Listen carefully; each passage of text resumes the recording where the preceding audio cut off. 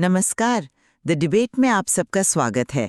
आज हम बात कर रहे हैं बिरलानु लिमिटेड की। हाल ही में कंपनी ने अपनी तिमाही के नतीजे पेश किए और पहली नज़र में ये काफ़ी शानदार लगते हैं। एक मुश्किल बाजार जहां मांग कम है और कीमतें गिर रही हैं, उसके बावजूद कंपनी ने 5% की सेल्स ग्रोथ दिखाई है और अपने मुनाफे में भी ज़बरदस्त सुधार किया है। लेकिन इन नतीजों के पीछे एक बड़ी बहस छिपी है। कंपनी इस वक्त अधिग्रहण और नए प्लांट्स पर भारी खर्च करके एक आक्रामक विस्तार की राह पर है। तो आज का बड़ा सवाल यही है, क्या बिरलानु की ये रणनीति एक दूरदर्शी कदम है जो भविष्य के बाजार पर कब्जा करने की तैयारी है, या फिर मौजूदा सुस्त माहौल में ये एक ऐसा जोखिम भरा दाव है जो उल्टा पड़ सकता है? मेरा मानना है कि ये एक साहसिक और ज़रूरी रणनीति है। ये कंपनी को आज नहीं बल्कि आने वाले कल के लिए एक मार्केट लीडर के तौर पर स्थापित कर रही है। और मेरा नजरिया इससे बिल्कुल अलग है। मुझे लगता है कि मौजूदा अनिश्चितताओं को देखते हुए ये स्ट्रैटेजी थोड़ी जल्दबाजी में ली गई है और इसमें रिस्क काफी ज्यादा है। कंपनी को अभी विस्तार पर नहीं बल्कि अपने मौजूदा बिजनेस को मजबूत करने और प्रॉफिटेबिलिटी पर ध्यान देने की जरूरत है। देखिए, आंकड़े तो अपनी कहानी खुद कहते हैं। जिस माहौल में कीमतें, आप सोचिए, 3% से 7% तक नीचे गिरी हों, उसमें भी कंपनी ने न सिर्फ अपनी बिक्री 5% बढ़ाई बल्कि अपने मुनाफे में भी जबरदस्त सुधार किया। कंपनी की जो ऑपरेशनल प्रॉफिटेबिलिटी है, जिसे हम ईबिटा मार्जिन कहते हैं, उसमें 330 बेसिस पॉइंट्स, मतलब सीधे सीधे 3.3% का उछाल आया। ये साफ बताता है कि कंपनी लागत को कितनी अच्छी तरह से नियंत्रित कर रही है। और ग्रोथ कहाँ से आ रही है? वॉल सेगमेंट, जो उनका एक प्रमुख बिजनेस है, उसमें 18% की शानदार ग्रोथ है। यहाँ तक कि उनकी जर्मनी की फ्लोरिंग कंपनी पैराडोर, जो कुछ समय से संघर्ष कर रही थी, उसने भी यूरोप के मुश्किल बाजार में 11% की ग्रोथ दिखाई है। ये सब दिखाता है कि मैनेजमेंट की दिशा सही है। और इसी दिशा में क्लीन कोट्स का अधिग्रहण, जो कि कंस्ट्रक्शन में इस्तेमाल होने वाले खास केमिकल्स और कोटिंग्स बनाती है, मेरे हिसाब से एक मास्टर स्ट्रोक है। इसने बिरलानु को रातों रात एक ऐसे हाई मार्जिन बिजनेस में स्थापित कर दिया है जहां पहुंचने में उन्हें शायद 5 से 7 साल लग जाते। देखिए, मैनेजमेंट खुद अपनी कमेंट्री में मान रहा है कि मांग सुस्त बनी हुई है और कीमतें नरम है। ये कोई बाहरी आलोचना नहीं, ये कंपनी का अपना आकलन है। जब आप थोड़ा और गहराई में जाते हैं तो तस्वीर बदल जाती है। कंपनी का जो पाइप्स बिजनेस है उसमें 11% की गिरावट आई है और उनकी फैक्ट्री सिर्फ 50 से 60% क्षमता पर चल रही है। अब आप ही बताइए, जब आपका एक बड़ा बिजनेस आधा खाली चल रहा हो तो नए ग्रीनफील्ड प्रोजेक्ट्स, मतलब एकदम नए सिरे से फैक्ट्री लगाने में भारी निवेश करने का क्या तर्क है? आपने पैराडोर की बात की, ठीक है, लेकिन यह भी सच है कि वो अभी भी एक बड़े रिस्ट्रक्चरिंग के दौर से गुजर रहा है और मैनेजमेंट के शब्दों में यूरोपीय बाजार कठिन बना हुआ है। इन सब के ऊपर कंपनी पर पहले से ही 667 करोड़ रुपए का कर्ज है और ये नए अधिग्रहण और प्रोजेक्ट्स इस बोझ को और बढ़ाएंगे। तो ऐसे अनिश्चित माहौल में कर्ज लेकर आक्रामक विस्तार करना ये एक बहुत बड़ा जुआ है। मेरी नजर में प्राथमिकता मौजूदा बिजनेस को पटरी पर लाने की होनी चाहिए, न कि एक ऐसी बाजार वापसी पर दांव लगाने की जिसके दूर दूर तक कोई संकेत नहीं है। ठीक है, तो यहीं से हमारी बहस शुरू होती है। आपने क्लीन कोर्स के अधिग्रहण और नए निवेश को एक बोझ की तरह देखा, जबकि मैं इसे एक अवसर के तौर पर देख रही हूँ। देखिए, क्लीन कोर्स के अधिग्रहण को सिर्फ एक खर्च के रूप में देखना मेरे हिसाब से एक बहुत बड़ी गलती होगी। ये एक रणनीतिक निवेश है जो कंपनी के पोर्टफोलियो को पूरी तरह से बदल रहा है। ये उन्हें सामान्य पेंट और पुट्टी के बिजनेस से उठाकर हाई परफॉर्मेंस कोटिंग्स और स्पेशलिटी केमिकल्स के क्षेत्र में ले जाता है, जहां मार्जिन कहीं ज्यादा है और प्रतिस्पर्धा कम। ये उन्हें एक मजबूत B2B प्लेयर बनाता है, मतलब वो सीधे बिल्डर्स और इंडस्ट्री को बेच सकते हैं। मैनेजमेंट ने साफ कहा है कि ये अधिग्रहण पहले दिन से ही उनके मार्जिन को बढ़ा रहा है और 27 देशों में एक्सपोर्ट के नए दरवाजे खोल रहा है। तो ये जोखिम बढ़ा नहीं रहा, बल्कि कंपनी की एक ही तरह के प्रोडक्ट पर निर्भरता को कम करके जोखिम को घटा रहा है। ये तर्क सुनने में बहुत अच्छा लगता है, लेकिन क्या इसका दूसरा पहलू ये नहीं है कि ये एक बड़ा भटकाऊ भी हो सकता है? क्लीन कोट्स जिस स्पेशलिटी केमिकल के क्षेत्र में काम करता है, वो कोई आसान बाजार नहीं है। वहां उनका सामना जैसे जोतून और एक्सोनोबिल जैसी ग्लोबल कंपनियों से है, जिनका इस क्षेत्र में दशकों का अनुभव और अरबों डॉलर का R&D बजट है। जब आपके अपने मुख्य बिजनेस जैसे पाइप्स में आग लगी हो तो क्या आपको उसे बुझाने पर ध्यान देना चाहिए या एक बिल्कुल नए मैदान में जाकर एक नई लड़ाई शुरू कर देनी चाहिए? एक पूरी तरह से नए बिजनेस मॉडल, एक नए कस्टमर बेस और एक नई सप्लाई चेन को इंटीग्रेट करना, जबकि आपका मौजूदा बिजनेस चुनौतियों से जूझ रहा है, ये मैनेजमेंट के फोकस को बुरी तरह से कमजोर कर सकता है। मेरा सवाल बहुत सीधा है, क्या ये कैपिटल का सबसे अच्छा इस्तेमाल है जब आपकी अपनी पाइप्स फैक्ट्री की आधी मशीनें बंद पड़ी हैं? मैं आपकी पाइप्स बिजनेस की चिंता को समझती हूँ, लेकिन क्या आप ये नहीं मानते कि एक बड़ी कंपनी को एक साथ कई मोर्चों पर काम करना पड़ता है? आप एक सेगमेंट की समस्या के कारण पूरी कंपनी की ग्रोथ को रोक नहीं सकती। और जहाँ तक फोकस की बात है, तो ये मैनेजमेंट की काबिलियत को कम आंकना होगा। अब आते हैं आपके दूसरे बिंदु पर, कैपिटल का सही इस्तेमाल। इसी से जुड़ा हुआ है पैराडोर का मामला।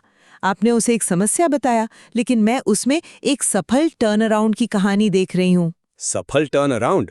मुझे लगता है ये कहना अभी बहुत जल्दबाजी होगी। क्यों नहीं, जरा सोचिए, जर्मनी और यूरोप का बाजार इस वक्त मंदी की चपेट में है। ऐसे माहौल में 11% की सेल्स ग्रोथ हासिल करना कोई छोटी बात नहीं है, और इससे भी ज्यादा महत्वपूर्ण है मार्जिन में सुधार। कंपनी ने वहां 720 बेसिस पॉइंट्स यानी 7.2% का मार्जिन इंप्रूवमेंट किया है। ये दिखाता है कि उनकी रीस्ट्रक्चरिंग की रणनीति, जिसमें लागत कम करना और प्रोडक्ट मिक्स को बेहतर बनाना शामिल है, वो काम कर रही है। और वे सिर्फ यूरोप पर निर्भर नहीं है, वे अमेरिका और मिडिल ईस्ट जैसे नए बाजारों में जाकर अपनी निर्भरता को कम कर रहे हैं। ये लचीलेपन का सबूत है, कमजोरी का नहीं। लचीलापन एक बात है और प्रॉफिटेबिलिटी बिल्कुल दूसरी। चलिए फिर से मैनेजमेंट की ही बात करते हैं। उन्होंने खुद माना है कि पैराडोर को सिर्फ EBITDA लेवल पर ब्रेक इवन करने के लिए, मतलब सिर्फ अपने ऑपरेशनल खर्चे निकालने के लिए 140 से 144 मिलियन यूरो का सालाना रेवेन्यू चाहिए। अभी वो इससे काफी दूर हैं। यह एक बहुत लंबी और कठिन यात्रा है इस बिजनेस को आज एक ग्रोथ इंजन के रूप में गिनना, जबकि यह अभी भी खुद अपने पैरों पर खड़ा होने के लिए संघर्ष कर रहा है। मेरी नज़र में ज़रूरत से ज़्यादा आशावादी होना है। हमें यह नहीं भूलना चाहिए कि यह अभी भी एक ऐसी संपत्ति है जो कंपनी की बैलेंस शीट और मैनेजमेंट के समय पर भारी दबाव डाल रही है। जो पैसा और वक्त वहां लग रहा है, क्या वो भारत में पाइप्स बिजनेस को ठीक करने में बेहतर नतीजे नहीं दे सकता था? ये एक बहुत अहम सवाल है और इसका जवाब कंपनी की लॉन्ग टर्म सोच में छुपा है। आप कह रहे हैं कि पाइप्स में पैसा लगाओ, और मैं कह रही हूँ कि कंपनी बिल्कुल सही कर रही है कि वो अपने सबसे तेजी से बढ़ते हुए सेगमेंट पर दांव लगा रही है, और वो है वॉल्स बिजनेस। इस सेगमेंट में 18% की ग्रोथ है। सीईओ के अपने शब्दों में मौजूदा क्षमता लगभग 12 महीनों में 100% भर जाएगी। अब यहाँ दो रास्ते हैं, या तो आप मांग के 100% पर पहुँचने का इंतजार करें और फिर प्लांट लगाना शुरू करें, जिसमें 2-3 साल लगेंगे और तब तक आपके प्रतियोगी बाजार पर कब्जा कर लेंगे, या फिर आप दूरदर्शी बने और मांग से पहले क्षमता तैयार रखें। बिरलानु यही कर रहा है। नए प्लांट्स में निवेश आज के लिए नहीं, बल्कि कल की मांग को पूरा करने के लिए है। यही एक लीडर की पहचान होती है। मैं मानता हूं कि आपको कर्व से आगे रहना पड़ता है, लेकिन ये तर्क हर सेगमेंट पे एक जैसा लागू नहीं होता। आपने वॉल सेगमेंट का बहुत अच्छा उदाहरण दिया, जहां क्षमता की कमी होने वाली है। लेकिन यही तर्क पाइप सेगमेंट पर बिल्कुल उल्टा हो जाता है। वहां क्षमता की कमी नहीं, बल्कि मांग की कमी है। और यहां भी मैं फिर से सीईओ को ही कोट करूंगा। उन्होंने कहा कि पाइप्स के पोर्टफोलियो को दुगना करने के लिए भी उन्हें किसी नई क्षमता में निवेश की जरूरत नहीं है। मतलब उनके पास पहले से ही जरूरत से ज्यादा कैपेसिटी है। तो फिर सारी ऊर्जा, सारा पैसा, सारा फोकस उस मौजूदा क्षमता को भरने पर क्यों नहीं लगाया जा रहा? वो क्षमता जो सरकारी खर्च में कमी के कारण स्पष्ट रूप से संघर्ष कर रही है और सिर्फ 50-60% पर चल रही है। अपनी मौजूदा संपत्ति के प्रदर्शन को बेहतर किए बिना नई संपत्ति में निवेश करना, ये किसी भी बिजनेस स्कूल की किताब के हिसाब से तर्कसंगत नहीं लगता। ये संसाधनों का सीधा सीधा गलत आवंटन है। इस पर मेरा नजरिया थोड़ा अलग है। आप इसे ऐसे देख रहे हैं कि एक बिजनेस खराब कर रहा है तो बाकी सब रोक दो। मैं इसे एक पोर्टफोलियो अप्रोच की तरह देखती हूँ। आपके पोर्टफोलियो में कुछ स्टार परफॉर्मर होते हैं, कुछ कैश काऊ होते हैं और कुछ क्वेश्चन मार्क। इस वक्त वॉल सेगमेंट उनका स्टार है और वो उसमें सही निवेश कर रहे हैं। पाइप सेगमेंट बाहरी कारणों मतलब सरकारी खर्च में कमी की वजह से एक अस्थायी समस्या का सामना कर रहा है। मैनेजमेंट का काम है कि वो स्टार को और चमकने दे और साथ ही साथ समस्या वाले हिस्से को ठीक करने की योजना पर भी काम करे। बोस्टन कंसल्टिंग ग्रुप के साथ उनकी पार्टनरशिप इसी लागत नियंत्रण और एफिशिएंसी को बढ़ाने के लिए है। अगर वो सिर्फ पाइप्स पर फोकस करते तो वॉल सेगमेंट में जो ग्रोथ का बड़ा मौका है वो हाथ से निकल जाता।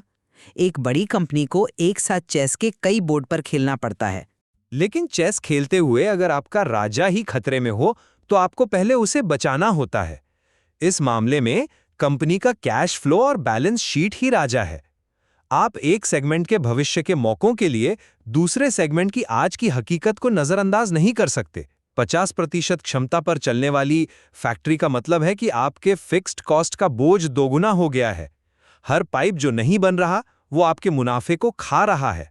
क्या यह बेहतर नहीं होता कि नए प्लांट्स पर खर्च करने की बजाय उस पैसे से पाइप सेगमेंट में प्राइसिंग को लेकर थोड़ी आक्रामकता दिखाई जाती या डिस्ट्रीब्यूशन नेटवर्क को मजबूत किया जाता ताकि सरकारी ठेकों पर निर्भरता कम हो? मेरे हिसाब से यह एक क्लासिक दुविधा है। क्या आपको अपने संघर्ष कर रहे कैश काउ को ठीक करना चाहिए या भविष्य के स्टार सेगमेंट में निवेश करना चाहिए?